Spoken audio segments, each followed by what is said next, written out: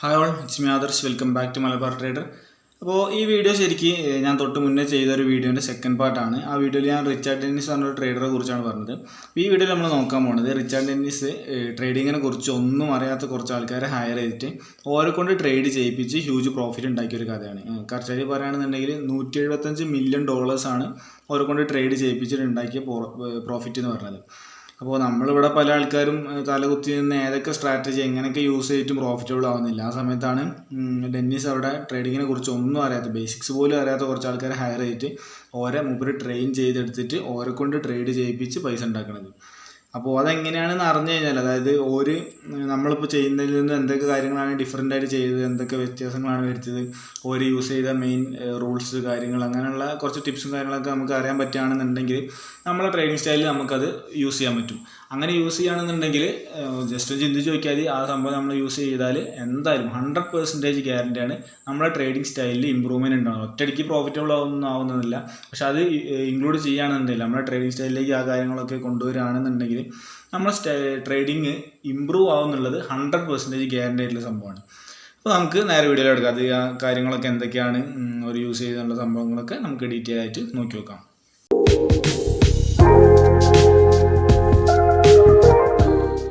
അപ്പോൾ ഈ സംഭവം ശരിക്കും തുടങ്ങുന്നത് ഒരു ചെറിയൊരു അഭിപ്രായ വ്യത്യാസത്തിൽ നിന്നാണ്. അതായത് ഈ ഡെന്നിസും അതുപോലെ ഡെന്നിസിൻ്റെ ഒരു പാർട്ട്ണർ ഉണ്ടായിരുന്നു, ഇപ്പോൾ ഹൈസ്കൂളിലൊക്കെ ഉള്ളൊരു ഫ്രണ്ടും കൂടാണ് ഇനി.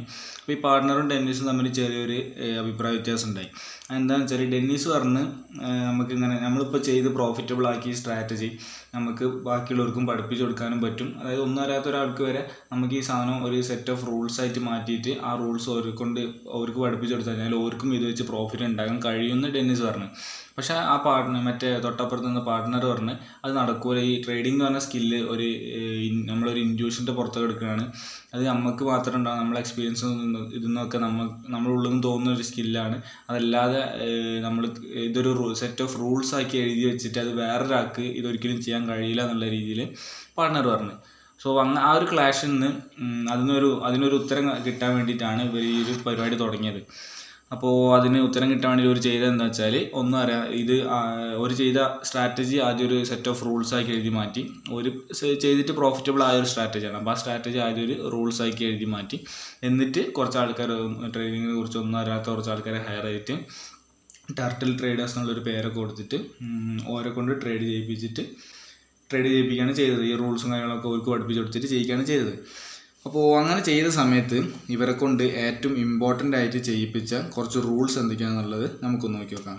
ഒരു 5 റൂളുണ്ട്. ആ 5 റൂൾസ് എന്തൊക്കെയാണെന്നുള്ളത് നമുക്ക് നോക്കി നോക്കാം. ഇതിൽ ഒന്നാമത്തെ പോയിന്റ് എന്ന് പറഞ്ഞത് don't try to predict the market എന്നുള്ളതാണ്. അതായത് ഒരിക്കലും നമ്മൾ മാർക്കറ്റിനെ പ്രെഡിക്റ്റ് ചെയ്യാൻ നോക്കരുത്. They never try to predict what market might do. ഈ ടർട്ടിൽ ട്രേഡേഴ്സ് ഒരിക്കലും മാർക്കറ്റിനെ പ്രെഡിക്റ്റ് ചെയ്യാൻ ശ്രമിക്കണമെന്ന് ഡെന്നിസ് പഠിപ്പിച്ചിട്ടുമില്ല. ഡെന്നിസ് പഠിപ്പിച്ച് വെച്ചിട്ട് നമ്മൾ മാർക്കറ്റിനെ ഒരിക്കലും പ്രെഡിക്റ്റ് ചെയ്യാൻ ശ്രമിക്കരുത്. മാർക്കറ്റിനെ പ്രെഡിക്റ്റ് ചെയ്യുക എന്നുള്ളത് 100% ഉറപ്പുള്ള കാര്യമാണ്. നമുക്ക് അത് സാധിക്കുന്ന കാര്യമല്ല, അത് ഒരാളെ കൊണ്ട് സാധിക്കില്ല. അപ്പോൾ നമ്മളതിന് പകരം എന്ത് ചെയ്യണം, നമ്മൾ പ്രോബബിലിറ്റീസിലും പോസിബിലിറ്റീസിലും ഒക്കെ നോക്കിയിട്ട് വേണം ചെയ്യാൻ. അതായത് ഒരു 100 ട്രേഡ്സ് അല്ലെങ്കിൽ ഒരു 50 ട്രേഡ്സ്, മിനിമം ഒരു സാമ്പിൾ സൈസ് കുറച്ച് വലുതായി വെക്കും. മിനിമം ഒരു 50 കിലോ, ഒരു 50 ട്രേഡ് എടുക്കുന്ന സമയത്ത് അതിൽ ഇത്ര എണ്ണം ടാർഗറ്റ് അടിക്കാനുള്ള ചാൻസ് ഉണ്ട്, അതിൽ ഇത്ര എണ്ണം SL അടിക്കുകയും ഇത്ര എണ്ണം ടാർഗറ്റ്, ഇത്ര വിൻ റേറ്റ് ഉണ്ട്. ആ വിൻ റേറ്റ് നമുക്ക് ഒരിക്കലും ഒരു ട്രേഡ് വെച്ചിട്ട് പറയാൻ പറ്റില്ല. ഒരു ട്രേഡ് എടുത്തിട്ട് ആ ട്രേഡ് SL ആയിരിക്കുമോ ടാർഗറ്റ് ആയിരിക്കുമോ എന്ന് നമ്മൾ പ്രെഡിക്റ്റ് ചെയ്യാനേ നോക്കരുത്. അത് എന്തും സംഭവിക്കാം.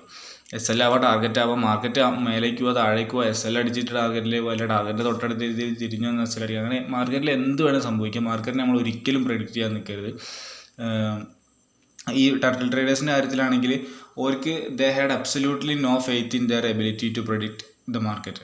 അതായത് ഓരോ കഴിവിൽ മാർക്കറ്റിനെ പ്രെഡിക്റ്റ് ചെയ്യാൻ ഓർക്ക് കഴിവുണ്ടെന്ന് ഒരിക്കലും വിശ്വസിച്ചില്ല.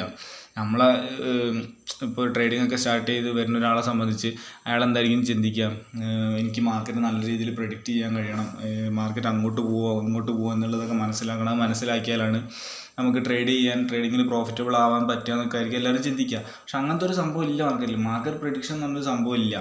ഈ സക്സസ്ഫുൾ ആയ ഒരു ട്രേഡറും മാർക്കറ്റിനെ പ്രെഡിക്റ്റ് ചെയ്യാൻ ശ്രമിക്കുന്നില്ല. മാർക്കറ്റ് അങ്ങോട്ട് പോവുക അല്ലെങ്കിൽ ഇങ്ങോട്ട് പോകും, മാർക്കറ്റ് എന്ത് ചെയ്യും എന്നുള്ളത് പ്രെഡിക്റ്റ് ചെയ്യാനേ ആരും ശ്രമിക്കുന്നില്ല. അങ്ങനെ ശ്രമിക്കരുത് ഒരിക്കലും. ഇവരെ കേസ് എടുത്ത് നോക്കുക. ഞാൻ സ്റ്റാർട്ടിങ്ങിൽ പറഞ്ഞല്ലോ, ഒരു ചെയ്യുന്നതിൽ നിന്നും എന്ത് വ്യത്യാസം വരുത്തിയാലാണ് നമുക്ക് പ്രോഫിറ്റബിൾ ആകാൻ പറ്റുക, ഒരു ചെയ്യുന്ന കാര്യങ്ങൾ നമുക്ക് എങ്ങനെ നമ്മളെ ട്രേഡിങ്ങിലേക്ക് ഉൾപ്പെടുത്താൻ പറ്റുമെന്നൊക്കെ. അപ്പോൾ നമ്മൾ ചെയ്യുന്ന കാര്യത്തിൽ നിന്ന് ഒരു വ്യത്യസ്തമായിട്ട് ചെയ്ത ഒരു മെയിൻ പോയിൻ്റാണിത്. ഒരിക്കലും മാർക്കറ്റിനെ പ്രെഡിക്റ്റ് ചെയ്യാൻ ശ്രമിച്ചില്ല. നമ്മളിപ്പോഴും മാർക്കറ്റിനെ പ്രെഡിക്റ്റ് ചെയ്യാൻ ശ്രമിക്കുന്നുണ്ട്. ഇപ്പോൾ എൻ്റെ വീഡിയോസിൽ തന്നെ കാണുകയാണെങ്കിൽ ചില സമയത്ത് ഞാൻ അങ്ങനെ പറയുന്നുണ്ട്, ഇപ്പോൾ ഇവിടെ ഒരു ലിക്വിഡിറ്റി ടാപ്പ് ചെയ്തിട്ട് ഓപ്പോസിറ്റ് ഡയറക്ഷനിലേക്ക് പോയി, അത് നമ്മൾ വിചാരിച്ച പോലെ തന്നെ ആ ലിക്വിഡിറ്റി എടുത്തിട്ട് മാർക്കറ്റ് പോയിട്ടുണ്ട്, പക്ഷേ നമുക്ക് എൻട്രി കിട്ടിയില്ല. ആ രീതിയിലൊക്കെ ഞാൻ പറയലുണ്ട്. അപ്പോൾ അങ്ങനത്തെ ഒരു പ്രഡിക്ഷൻ ഉണ്ടല്ലോ, മാർക്കറ്റ് ഇങ്ങോട്ട് പോകാൻ ചാൻസ് ഉണ്ട്, അല്ലെങ്കിൽ ഞാൻ പറഞ്ഞ പോലെ കറക്റ്റായിട്ട് പോയി, പക്ഷെ അതിൽ ശരിക്കും ഒരു കാര്യമില്ല ഈ നമ്മൾ മാർക്കറ്റിനെ പ്രെഡിക്റ്റ് ചെയ്യുന്നതിൽ. അപ്പോൾ ആ സംഭവം കംപ്ലീറ്റ് ആയിട്ട് ഒഴിവാക്കുക. ഒരിക്കലും മാർക്കറ്റിനെ പ്രെഡിക്റ്റ് ചെയ്യാൻ ശ്രമിക്കരുത്. സോ അതായിരുന്നു ഫസ്റ്റ് പോയിന്റ്. ഇനി രണ്ടാമത്തെ പോയിന്റ് തിങ്ക് ഇൻ പ്രോബബിലിറ്റീസ് എന്നുള്ളതാണ്. അപ്പോൾ ഇവരെ കേസ് നോക്കുകയാണെങ്കിൽ അവർക്ക് SL അടിക്കുമെന്ന് തോന്നുന്ന ട്രേഡ്സ് പോലും ഒരെടുക്കലുണ്ട്. അതായത് ഇപ്പോൾ നമ്മളെ കേസ് നോക്കുകയാണെങ്കിൽ ചിലപ്പോൾ നമ്മളൊരു ട്രേഡ് ഇങ്ങനെ നമ്മളെ പ്രോപ്പർ സ്ട്രാറ്റജി പ്രകാരമുള്ള എല്ലാ കണ്ടീഷൻസും ഓക്കെ ആയിട്ട് പെർഫെക്റ്റ് ആയിട്ട് ഒരു ട്രേഡ് വരുന്ന സമയത്ത് നമുക്ക് ചിലപ്പോൾ ഇങ്ങനെ തോന്നും, ഇപ്പോൾ മാർക്കറ്റ് ഓവറോൾ ബെയറിഷ് ആണ്, അതുകൊണ്ട് ഇപ്പോൾ ബുള്ളിഷ് ആയിട്ടുള്ള ഒരു ട്രേഡ് എടുക്കേണ്ട. എല്ലാ കണ്ടീഷനൊക്കെ ഓക്കെയാണ്, പക്ഷെ എന്നാലും എൻ്റെ ഒരു തോന്നൽ, എൻ്റെ ഒരു ഇൻറ്റ്യൂഷൻ ഇത് SL അടിക്കാൻ ചാൻസ് ഉണ്ട് എന്നാണ്. ആ ഒരു രീതിയിലൊക്കെ തോന്നുകയാണെന്നുണ്ടെങ്കിൽ നമ്മൾ ചിലപ്പോൾ ആ ട്രേഡ് എടുക്കാതിരിക്കും. പക്ഷേ ഇവരെ കേസിൽ അങ്ങനെയല്ല. ഇവർ ഇമോഷന് അവിടെ സ്ഥാനമേ കൊടുക്കുന്നില്ല. ഒരു SL അടിക്കാൻ ചാൻസ് ഉണ്ടെന്ന് തോന്നുന്ന ട്രേഡ് ആയാലും ടാർഗറ്റ് അടിക്കാൻ ചാൻസ് ഉണ്ടെന്ന് തോന്നുന്ന ട്രേഡ് ആയാലും അതിൻ്റെ ഓരോ തോന്നലിനും അവിടെ പ്രസക്തി ഇല്ല. ഒരു പ്രോബബിലിറ്റീസിലാണ് വിശ്വസിക്കുന്നത്, അല്ലെങ്കിൽ ആ ഒരു വിൻ റേറ്റ്, ഓരോ റിസ്ക് റിവാർഡ്, ഓരോ സ്ട്രാറ്റജി, അതിലാണ് അവർ വിശ്വസിക്കുന്നത്. അപ്പോൾ ആ പ്രോബബിലിറ്റി അനുസരിച്ചിട്ടുള്ള ഓരോ വിൻ റേറ്റിനനുസരിച്ചിട്ടുള്ള ആ ഒരു പ്രോഫിറ്റ് അവർക്ക് കിട്ടണമെന്നുണ്ടെങ്കിൽ ഒരു ട്രേഡ് പോലും മിസ്സാക്കാതെ എടുക്കണം. കാരണം അവർക്ക് അറിയില്ല ഏത് ട്രേഡാണ് ടാർഗറ്റ് അടിക്കുക, ഏത് ട്രേഡാണ് SL അടിക്കാനുള്ളത്. മറ്റേ ഒരു തോന്നൽ മാത്രമാണ്, ഒരു ഇൻറ്റ്യൂഷൻ മാത്രമാണ്, ഇത് ടാർഗറ്റ് അടിക്കാൻ ചാൻസ് ഉണ്ട്, അതുകൊണ്ട് ഇതെന്തായാലും എടുക്കാം. ഇപ്പോൾ ഒരു കണ്ടീഷൻ ഓക്കെ അല്ലെങ്കിൽ കൂടെ സ്ട്രാറ്റജി പ്രകാരം ട്രേഡ് അല്ലെങ്കിൽ കൂടെ ഇത് ടാർഗറ്റ് അടിക്കാൻ ചാൻസ് ഉണ്ട്, അതുകൊണ്ട് ഇത് എടുക്കാം. അത് ഒരു ഇൻറ്റ്യൂഷൻ മാത്രമാണ്, അല്ലാതെ പ്രോപ്പർ സ്ട്രാറ്റജി പ്രകാരമുള്ള ട്രേഡ് അല്ല. അതേപോലെ തന്നെ പ്രോപ്പർ സ്ട്രാറ്റജി പ്രകാരം ട്രേഡ് വരുന്ന സമയത്ത് ഈശ്വരി ഇതിൻ്റെ വരവ് വേണ്ടി ഒരു സുഖമില്ലല്ലോ, ഇത് എടുക്കണമെന്നുള്ളൊരു ഡൗട്ട് എടുക്കാണ്ടിരിക്കുക, അത് SL അടിക്കാൻ ചാൻസ് ഉണ്ട് വിചാരിച്ചിട്ട്, അതും ഒരു ഇൻറ്റ്യൂഷൻ പ്രകാരമുള്ളൊരു സംഭവമാണ്. അപ്പോൾ അങ്ങനത്തെ സംഭവം കംപ്ലീറ്റ് ആയിട്ട് കൊടുക്കുക. നമ്മുടെ സ്ട്രാറ്റജി പ്രകാരം, നമ്മുടെ റൂൾസ് പ്രകാരം കറക്റ്റായിട്ടൊരു സാധനം വന്നോ കണ്ണും കൂട്ടി എടുക്കണം. അവിടെ പിന്നെ നമ്മളെ ഇമോഷൻസിനൊന്നും സ്ഥാനമില്ല, നമ്മളെ പ്രോബബിലിറ്റീസിന് മാത്രമേ സ്ഥാനമുള്ളൂ. ഓക്കെ, സോ അതായിരുന്നു രണ്ടാമത്തെ പോയിന്റ്, തിങ്ക് ഇൻ പ്രോബബിലിറ്റീസ്. ഇനി മൂന്നാമത്തെ point stay in the game എന്നുള്ളതാണ്. അത് റിസ്ക് ആൻഡ് മണി മാനേജ്മെൻറ്റ്. ഈ പോയിന്റ് എന്ന് പറയുന്നത് വളരെ വളരെ ഇമ്പോർട്ടൻ്റ് ആയിട്ടുള്ളൊരു പോയിൻ്റാണ്. ഇത് ഞാൻ ലൈവായിട്ട് ഇപ്പോൾ ഈ അടുത്ത് നടന്ന ഒരു എക്സാമ്പിൾ വെച്ചിട്ട് ഞാൻ ഡീറ്റെയിൽ ആയിട്ട് പറഞ്ഞുതരാം ഇത് എന്താ സംഭവം എന്നുള്ളത്. അതായത് നമ്മളെപ്പോഴും always be prepared for string of losses എന്നാണ് ട്രേഡിങ്ങിൽ. അതായത് എപ്പോൾ വേണമെങ്കിലും ട്രേഡിങ്ങിൽ അടുപ്പിച്ച് കുറച്ച് SL അടിക്കാനുള്ള ചാൻസ് ഉണ്ട്. അപ്പോൾ അത് ലൈവായിട്ടുള്ളൊരു എക്സാമ്പിൾ വെച്ച് ഞാൻ പറഞ്ഞുതരാം. ഇപ്പോൾ കുറച്ച് മുന്നേ ഞാൻ എൻ്റെ ഒരു വീഡിയോയിൽ പറഞ്ഞിട്ടുണ്ടായി, ഞാൻ ട്രേഡ് എടുക്കുന്നത് 50,000 വെച്ചിട്ടാണ്, ഒരു ലോട്ട് എടുക്കുന്നത് 50,000 വെച്ചിട്ടാണെന്നൊക്കെ പറഞ്ഞപ്പോൾ പല ആൾക്കാരും ട്രേഡ് ചെയ്യാൻ വേണ്ടിയിട്ട് മറ്റേ അക്കൗണ്ടിൽ ഡിമാറ്റ് അക്കൗണ്ട് പോയിട്ട് ഒരു ലോട്ട് എടുത്തിട്ട് ബൈ ചെയ്യാൻ നോക്കുന്ന സമയത്ത് 50,000 ഒന്നും കാണിക്കണില്ല, ആകെ 10,000 അല്ല 12,000 15,000 ആ റേഞ്ചിലൊക്കെ എമൗണ്ട് കാണിക്കുന്നുള്ളൂ. അപ്പോൾ പിന്നെ നിങ്ങൾ എന്തിനാണ് 50,000 വേണമെന്ന് പറഞ്ഞ ഒരു ലോട്ട് എടുക്കാമെന്നൊക്കെ ചോദിച്ചിട്ടുണ്ടായി.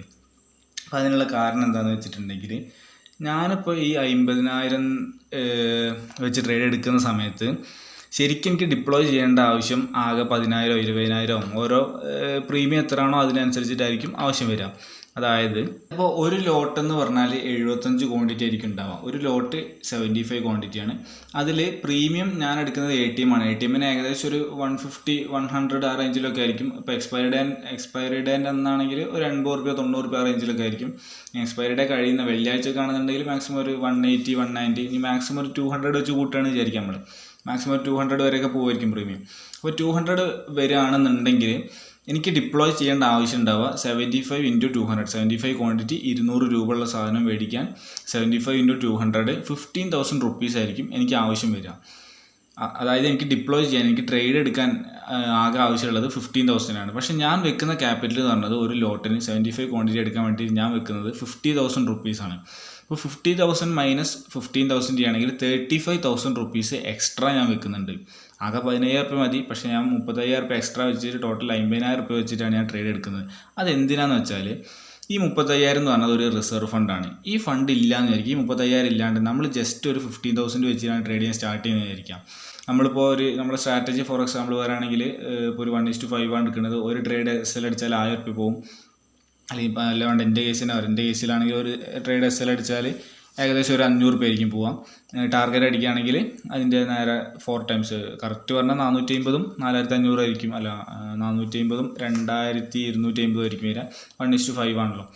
അപ്പോൾ നമുക്ക് ബ്രോക്കറേജ് ചാർജൊക്കെ കൂടെ കൂടി ഒരു 500 രൂപ SL വരും എന്ന് വിചാരിക്കാം. ഒരു 500 രൂപ SL വരും ഒരു ട്രേഡ് SL അടിക്കുകയാണെന്നുണ്ടെങ്കിൽ.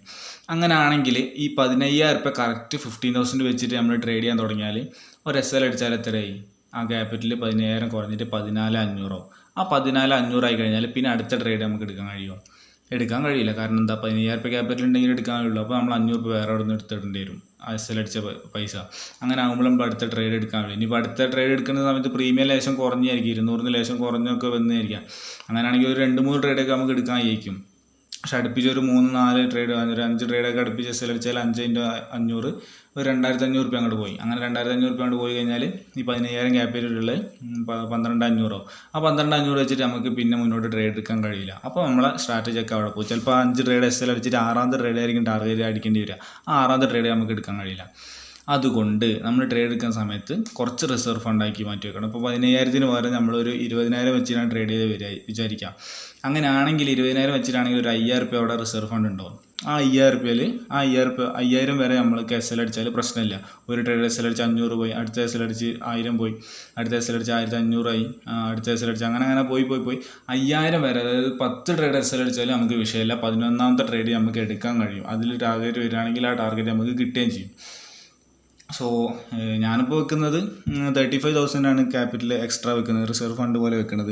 അത് കുറച്ച് ഓവറാണ്, വളരെ അധികമാണ്.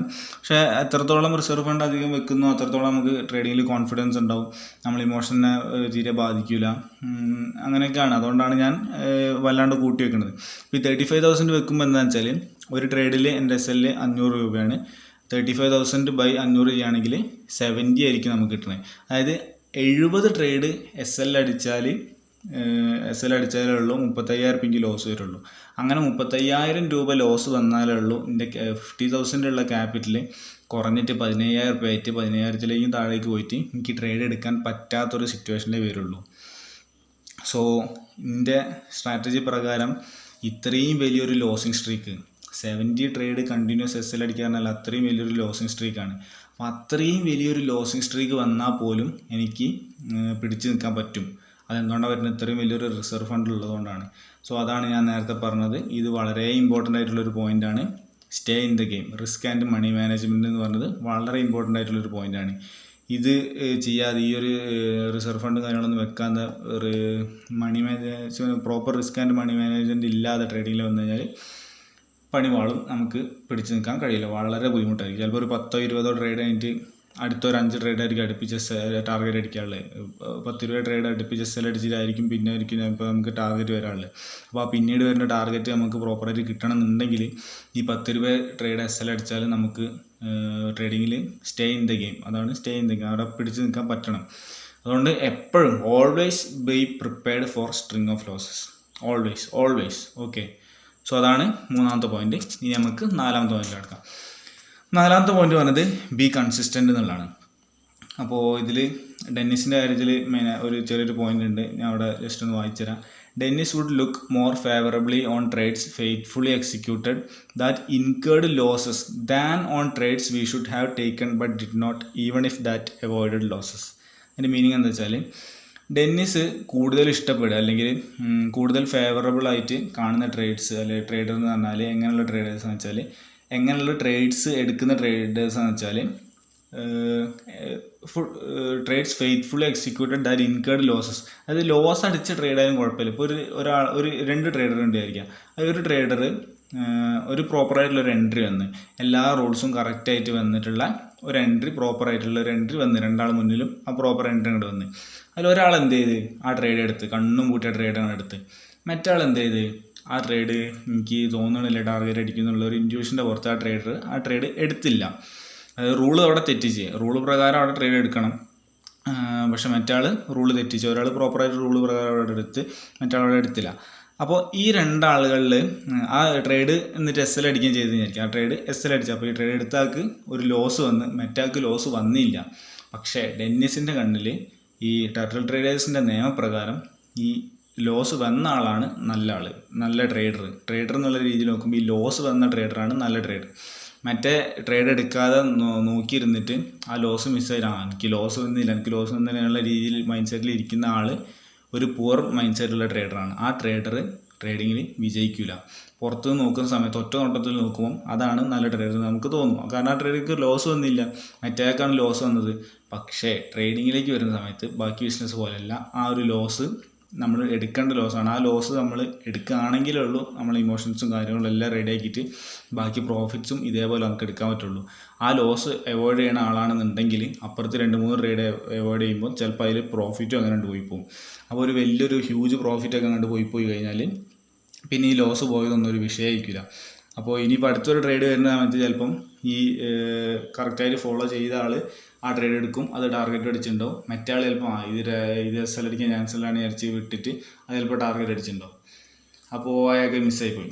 അതുകൊണ്ട് ഈ കൺസിസ്റ്റൻ്റ് ആയിട്ട് ഇരിക്കുക എന്നുള്ളത് വളരെ ഇമ്പോർട്ടൻ്റ് ആയിട്ടുള്ളൊരു പോയിൻ്റ് തന്നെയാണ്. അപ്പോൾ അതാണ് ഡെന്നീസിൻ്റെ കേസിൽ പറഞ്ഞത്. ഡെന്നീസ് കൂടുതൽ ഫേവർ ചെയ്യുക ഇങ്ങനെയുള്ള ആളുകൾ, ഇങ്ങനെയുള്ള ഒരു ട്രേഡർ ആയിരിക്കും. ലോസ് വന്നാലും കുഴപ്പമില്ല, ലോസ് ഒരു വിഷയമേ അല്ല, പക്ഷേ പ്രോപ്പറായിട്ട് എക്സിക്യൂട്ട് ചെയ്യണം. പ്രോപ്പറായിട്ട് എക്സിക്യൂട്ട് ചെയ്യാണ്ടെങ്കിൽ ലോസൊന്നും വന്നില്ലായിരിക്കാം, അയാൾ പ്രോഫിറ്റബിൾ ആയിരിക്കാം, എന്നാലും ഒരു കാര്യമില്ല, അയാൾക്ക് പ്രോഫിറ്റ് ഓവർ ലോങ് റണ്ണിൽ അയാൾക്കത് കൊണ്ടുപോകാൻ കഴിയില്ല. സോ അതാണ് 4ാമത്തെ പോയിൻറ്റ്.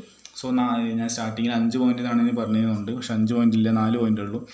അപ്പോൾ ഈ 4 പോയിൻറ്റും നമുക്ക് നിങ്ങൾ ഏത് സ്ട്രാറ്റജി ഉപയോഗിക്കുന്ന ആളായിക്കോട്ടെ, ട്രേഡിങ്ങിൽ ഏത് സ്ട്രാറ്റജി ഉപയോഗിക്കുന്ന ആളായിക്കോട്ടെ, ഞാൻ ഉപയോഗിക്കുന്നത് ലിക്വിഡിറ്റിയാണ്. അപ്പോൾ നിങ്ങൾ ഏത് ഉപയോഗിക്കുകയാണെങ്കിലും ഈ 4 പോയിൻറ്റും നിങ്ങൾക്ക് നിങ്ങളുടെ ട്രേഡിംഗ് സ്റ്റൈലിലേക്ക് ഇൻക്ലൂഡ് ചെയ്യാൻ പറ്റുന്ന കാര്യങ്ങളാണ്. First one, don't try to predict the market. ട്രേഡിങ്ങിന് ഏത് സ്ട്രാറ്റജി പ്രകാരം നിങ്ങൾ ചെയ്യുകയാണെങ്കിലും മാർക്കറ്റിനെ ഒരിക്കലും പ്രഡിക്റ്റ് ചെയ്യാൻ നോക്കരുത്. നിങ്ങളെ റൂൾസ് പ്രകാരം ട്രേഡ് വന്നോ കണ്ണും കൂട്ടിയാണ് എടുത്തിട്ട് അതിനനുസരിച്ച് അങ്ങോട്ട് പോകും. മാർക്കറ്റ് ഇങ്ങനെ പോകാൻ ചാൻസ് ഉണ്ട്, മാർക്കറ്റ് അങ്ങോട്ട് പോകും, അങ്ങനെ ഒന്നും ആലോചിച്ചിരിക്കരുത്. രണ്ടാമത്തത്, ഓൾവേസ് തിങ്ക് ഇൻ പ്രോബിലിറ്റീസ്. ഒരു ട്രേഡ് ടാർഗറ്റ് അടിച്ചാൽ അടിപൊളി, അടുത്ത SL അടിച്ചാൽ അത് പോയി, അങ്ങനെയുള്ള ഒരു ട്രേഡിൻ്റെ ബേസിൽ ഒന്നും തീരുമാനിക്കുക, ഒന്നും ചെയ്യരുത്. Always think in probabilities. ഒരു 100 ട്രേഡ് എടുത്താൽ എന്ത് സംഭവിക്കും, അതിനെ പറ്റി മാത്രം ചിന്തിക്കാം. പിന്നെ മൂന്നാമത്തത്, സ്റ്റേ ഇൻ ദ ഗെയിം. അതിന് റിസ്ക് ആൻഡ് മണി മാനേജ്മെൻറ്റ് വളരെ അക്യൂറേറ്റ് ആയിരിക്കാം. എപ്പോഴും always be prepared for string of losses. അടുപ്പിച്ച് ലോസ് വന്നാൽ പിടിച്ച് നിൽക്കാനുള്ള ക്യാപിറ്റലായിട്ട് മാത്രം ട്രേഡിങ്ങിലേക്ക് ഇറങ്ങാം. പിന്നുള്ളത്, ബി കൺസിസ്റ്റൻറ്റ്. ഈ കാര്യങ്ങളെല്ലാം നിങ്ങളുടെ സ്ട്രാറ്റജിയും ഈ പോയിൻറ്റ്സും എല്ലാം കൺസിസ്റ്റൻ്റ് ആയിട്ട് മുന്നോട്ട് കൊണ്ടുപോകാം. അങ്ങനെയാണെങ്കിൽ മാത്രമേ ഉള്ളൂ നിങ്ങൾക്ക് ആ സ്ട്രാറ്റജീൻ്റെ ബെനിഫിറ്റ്, അതിൻ്റെ എസൻസ് കംപ്ലീറ്റ് ആയിട്ട് കിട്ടുള്ളൂ. സോ ഇത്രയാണ് നമ്മളെ പോയിൻറ്റ്സും കാര്യങ്ങളൊക്കെ. ഇതെല്ലാവരും ട്രേഡിങ്ങിലേക്ക് ജസ്റ്റ് ഒന്ന് ഇൻക്ലൂഡ് ചെയ്ത് നോക്കുക. ഇനി ഇതിനെ പുറമെ നിങ്ങൾക്ക് എന്തെങ്കിലും അത്രയും ഇമ്പോർട്ടൻ്റ് ആയിട്ടുള്ള പോയിൻ്റാണെന്ന് തോന്നുന്നുണ്ടെങ്കിൽ നിങ്ങൾക്ക് വേണമെങ്കിൽ കമൻറ്റ് സെക്ഷനിൽ പറയാൻ പറ്റും. ഓക്കെ, സോ ഈ ഒരു വീഡിയോ ഇത്രേ ഉള്ളൂ. ഇനി പുതിയൊരു വീഡിയോ കാണുന്നവരെ ബൈ.